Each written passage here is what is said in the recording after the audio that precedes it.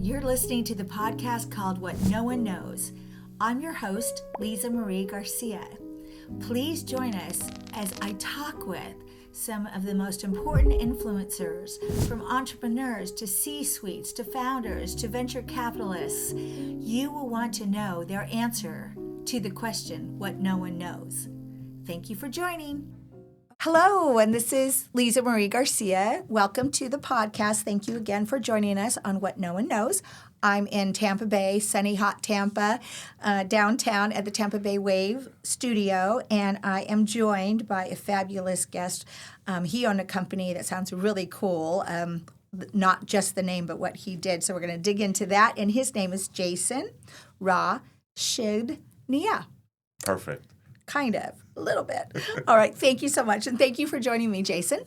Thank you for having me. Appreciate it. And I know you live in Palo Alto, so you're pretty used to this weather. Is it more humid than you're used to, or yeah, is it yeah, okay? Definitely. I actually forgot about how hot it was Until you get here. Until I got here. When you got out in TPA, did you get hit with the humidity? Yeah, because I'm wearing the same jacket I am now, and I was sweating as soon as I got to the car. It is so interesting how we all just acclimate. I'm from Seattle. I've been here 11 years now, and I don't feel it at all. I mean, unless it's 95 in Tampa with the humidity for a bit, but it's like you get so acclimated. So anyway, just to talk about really nothing important like the weather here. Just kidding. But let's just dig in, because you and I met at one of my favorite events for the Tampa Bay Wave, which is Pitch Night. Yeah. Right? And that was just last week. Seems just like a couple weeks ago. Okay, because actually you're getting on a plane to head back from this time here. So we're going to talk about that, and that was Pitch Night for the 2026 Cyber Tech Accelerator Group. Correct. And that's the very end, the finale of what the Tampa Bay Wave does, which is they usually have 5 cohorts during the year, and they're specific, except for there's one I'll call generic tech, but they're specific for fintech, ed tech, cyber tech, and such, right? So this was the cyber tech, the pitch night, and we get to hear from every one of the companies, say their pitch, tell a little bit about their company, tell what stage they're on in their business, and then what their ask is. Right. And what's so wonderful for me to just keep on talking on this podcast, and then I have so many questions for you, but what's so fun for me to see is that all of the cohorts are in different states. Yeah. Right? Definitely.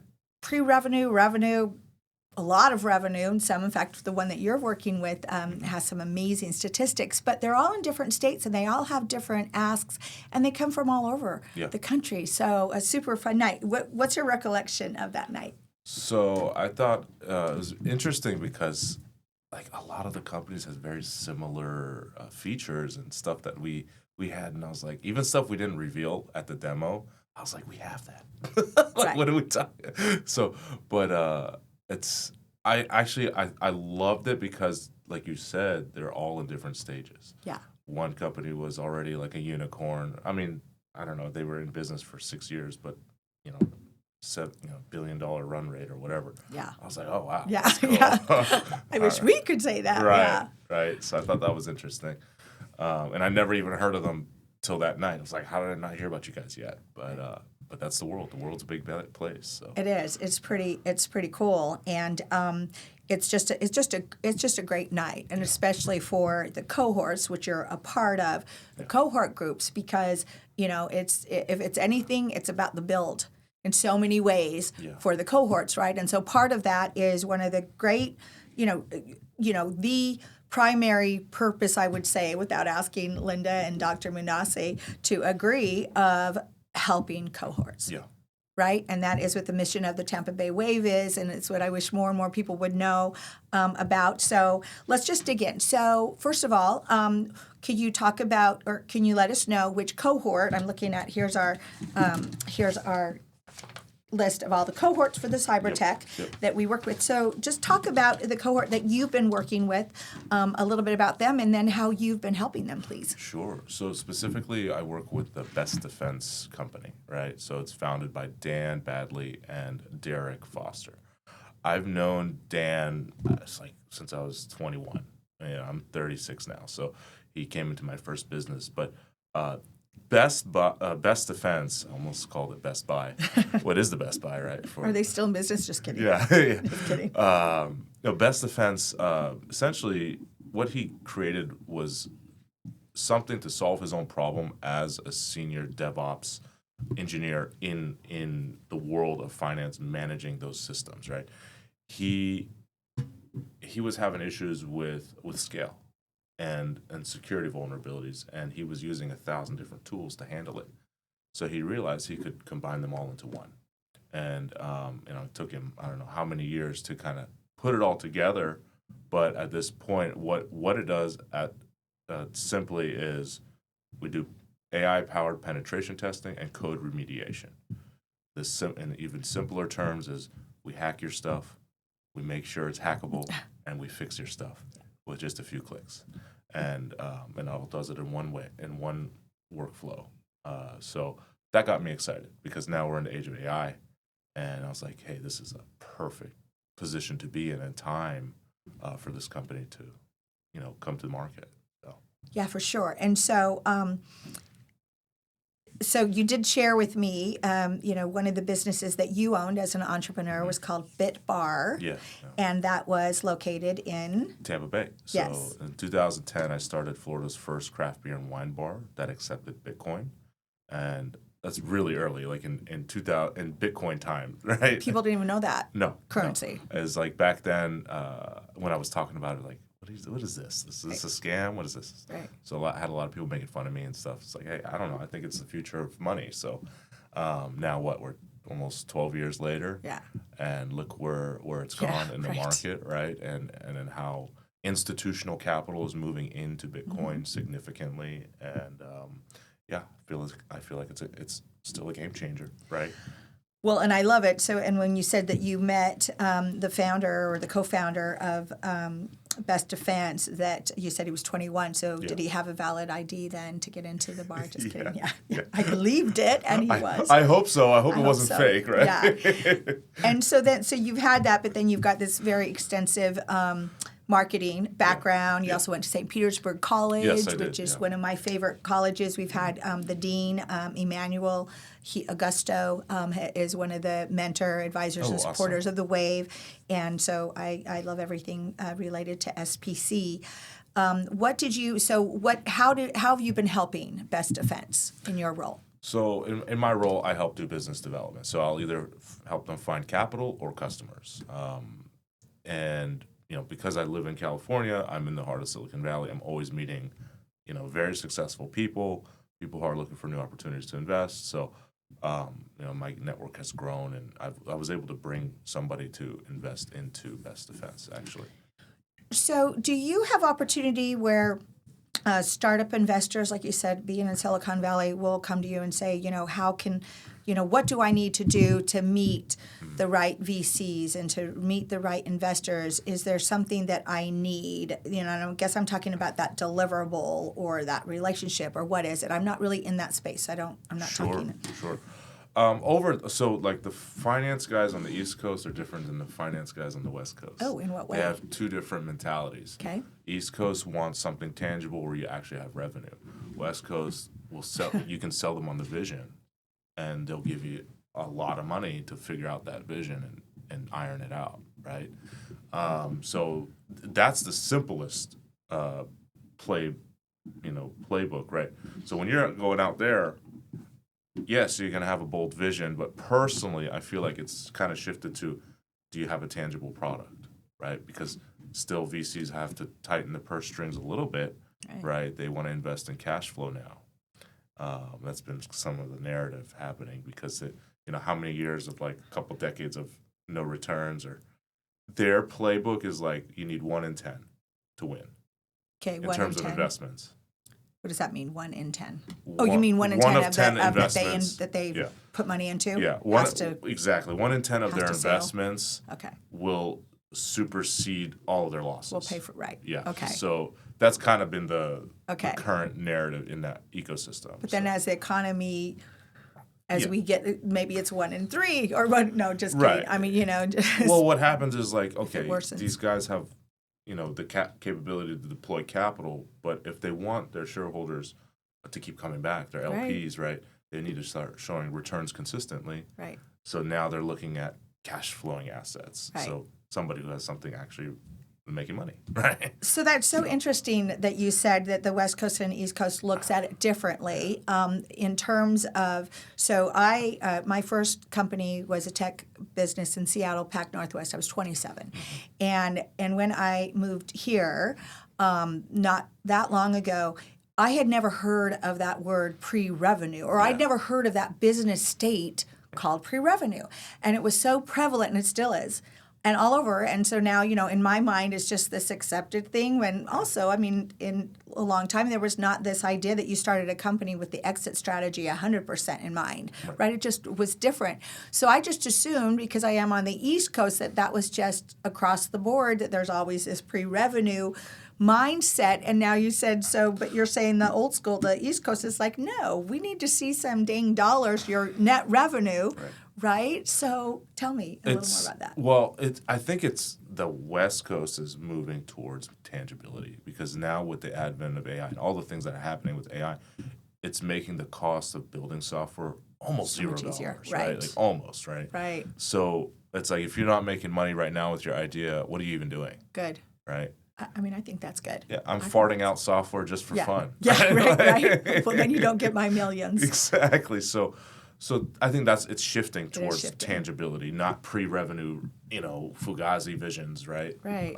So. And for a long period of time, because that was the other part of it. Is that, well, we've been pre-revenue since 2020. I'm like, it just blows my mind as a business owner for how many years. Exactly. I can't afford to be pre-revenue. No. Every month, people still are getting paid, and you still have your expenses. Yeah. We got to eat. I remember going to an event where it was like some content creator event where they claimed they built something where if you do a podcast, at the end of the podcast, it'll be cut and edited on the way out and ready to schedule to your social media. Mm-hmm. And I was like, okay, show me. Right. And they kept avoiding the question. Then I was like, I'm here. Let me see the studio. Show me. I'll do a podcast right now. And they couldn't. And they never could. They couldn't deliver it. And they claimed they could. I was just like so pissed. So it's just, okay, well, see, I don't like that, right? I'm showing up and I want to hear it. Maybe. So this is funny that you said this, because this just happened to me yesterday, almost what you're exactly talking about. But maybe with AI and the fact that now, it produces what we need so efficiently and so fast, maybe that is pushing more to what you're talking about of, then you should have that in production. You should have what you're saying in production, because what happened to me yesterday was I was talking to someone about possibly hiring them for a video short, and we have video people also, but they showed me something, and I said, so this is an example of something you did, and his answer was, oh no, this is what we can do.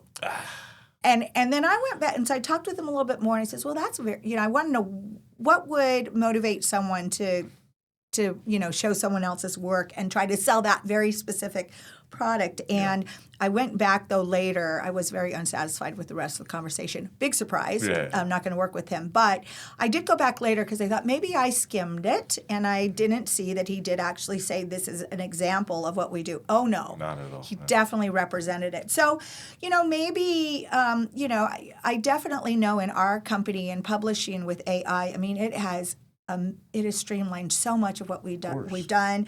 And so it really has helped get rid of a lot of layers that now we can, dig into other areas. So maybe that's such a positive thing because, that clarity helps in all areas maybe. So I like that.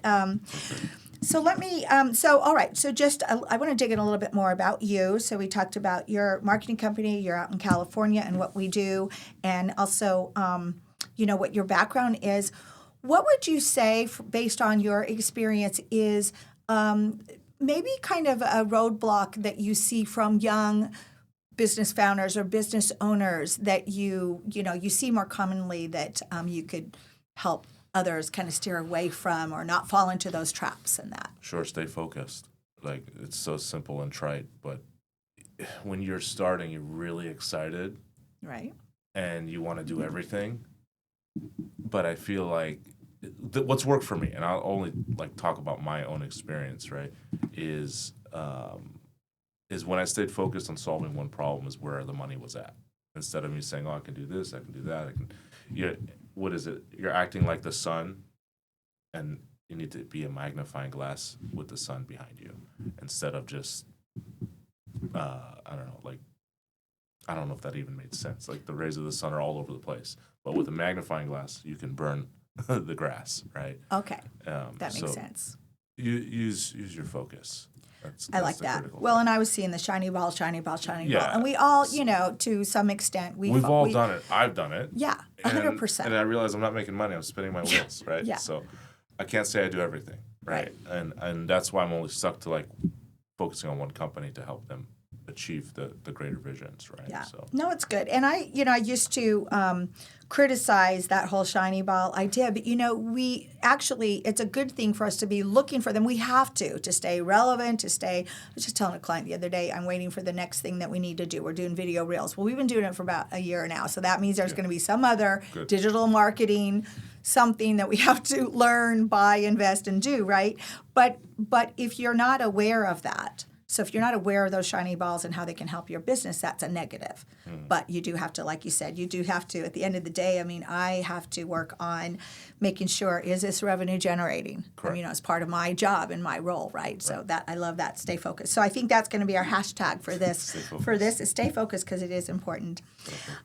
So one of the other questions I like to ask from seasoned entrepreneurs and business owners is, what have you learned from your life experience, your professional experience that you feel like you probably didn't get in your degree, or you really learned more so because you went through it, that you could share? Get good at vetting people. So I did drop out of college. I can't say I graduated. I was thinking of going back, but then my friends were like, "Why? You're so far ahead. What are you doing?" I was like, "I don't know." Anyways, but back to the question. Get good at smelling people's nonsense. Yeah, that's good. And don't marry too quickly. Yeah. My suggestion is, like, if you want to get in partnership with somebody, know them for a long time, right? Don't just jump in and somebody just came out of the back and you've known them for 3 months and you're like, let's do this thing. That's never worked for me personally. And I just realized, like, you got to know really who they are. Were they consistent doing something over 10 years and you've known them that long and you've known their other relationships? Those things matter, because you're marrying in the vision, in the lens of partnership, you're marrying somebody, right? So 100%. You need to make sure their character is above board, and because when you're running around and building business, anything can happen, and you got to have your partner on your back, right? On your six, as they say in the military, right? So, yeah, I think that's important, right? That's like critical number one for me. What else? Well, that's huge. Okay. I mean, first of all, I've said I've been a business owner between my two companies 25 years now. Mm-hmm. So 100%, the biggest reason for you to be successful is for your team, is for people. So the people factor is overreaching. It's really the primary gold, right? Mm-hmm. If you have that. But the other part I love that you said is know that partner, and it is a marriage, 100%, for enough time. And in fact, we're going through an acquisition where the acquisition is 9 months. Mm-hmm. And I wrote that into the agreement because I want 9 months of us working together as if we are one team, so that we can go through, you didn't mention it, but it's part of what you're saying, I believe, going through the tough stuff together, because that's when you really get to see the salt and how people handle things. Correct. And who they are. And you can't take a shortcut on time. Mm. You cannot, right? And no, I agree. And that really is a life experience thing, like you said. Sometimes you have to be burned, you have to see successes, you have to fail, you have to succeed. You have to go through that whole journey to really, really get it. That's it. Sometimes. Yeah. And you won't believe it till you go through it. Right. And people can't tell you, or you can't learn it. Yeah, 100. Right. No, you won't. And then when you tell people, they don't believe you. Yeah. Right? You'll say, "I got to tell you what happened." They say, "Really?" Yep. Yeah. Really. Yeah. I love that. No, that's an excellent That's excellent experience, wisdom for sure. And I think, enthusiasm from entrepreneurs and founders are fantastic. And they have, enthusiasm and they have passion and they're super smart. Talking people like you and people like Dan, they're so big brain smart. Yeah. It's just wonderful. And that's why I like being a part of the Wave, and that is just wonderful, and it's contagious, as people say, that whole thing and that whole energy. But there is that day-to-day that you have to also make sure that you're still on that track, and the track is going in the right direction. So thank you for sharing that, because that's a very cool thing. Well, we are getting to the end here, and so I have my key question. Right? So on the What No One Knows podcast. So the key question is, can you share what no one knows, please? It would have to be about me, huh? It has to be anything you want it to be. What no one knows. I still live with my mom. Okay. Well, it's cheap. That's a wonderful it's thing. Free. Does she cook for you? No. No? But she gives you love. Only if I ask. Only if you ask. Yeah. Well, there's nothing wrong with that. No, I don't need to pay for too many things. I mean, I'd live with my mom and dad in their big, beautiful house and all of that in Seattle if I could stand the fact that I would never see the sun, which I can't. So unfortunately, no, I can't. But no. She's getting to retirement, so it's like soon she's like, I'm out. I'm like, all right, you go out, do your thing. Perfect. And she lives in Palo Alto? Yeah, she lives over there with me, yeah. Very cool. Well, it's been a fun conversation. I told you it would be, right? Talking about all things business, and appreciate your work with the cohort, with the Tampa Bay Wave, and all that you bring to the ecosystem here. And thank you for joining. Thank you for listening to our show, What No One Knows. If you'd like more information regarding our guests, it's in the description below, as well as if you'd like to work with our publishing and promotion team, that you can also find in the links. Thank you.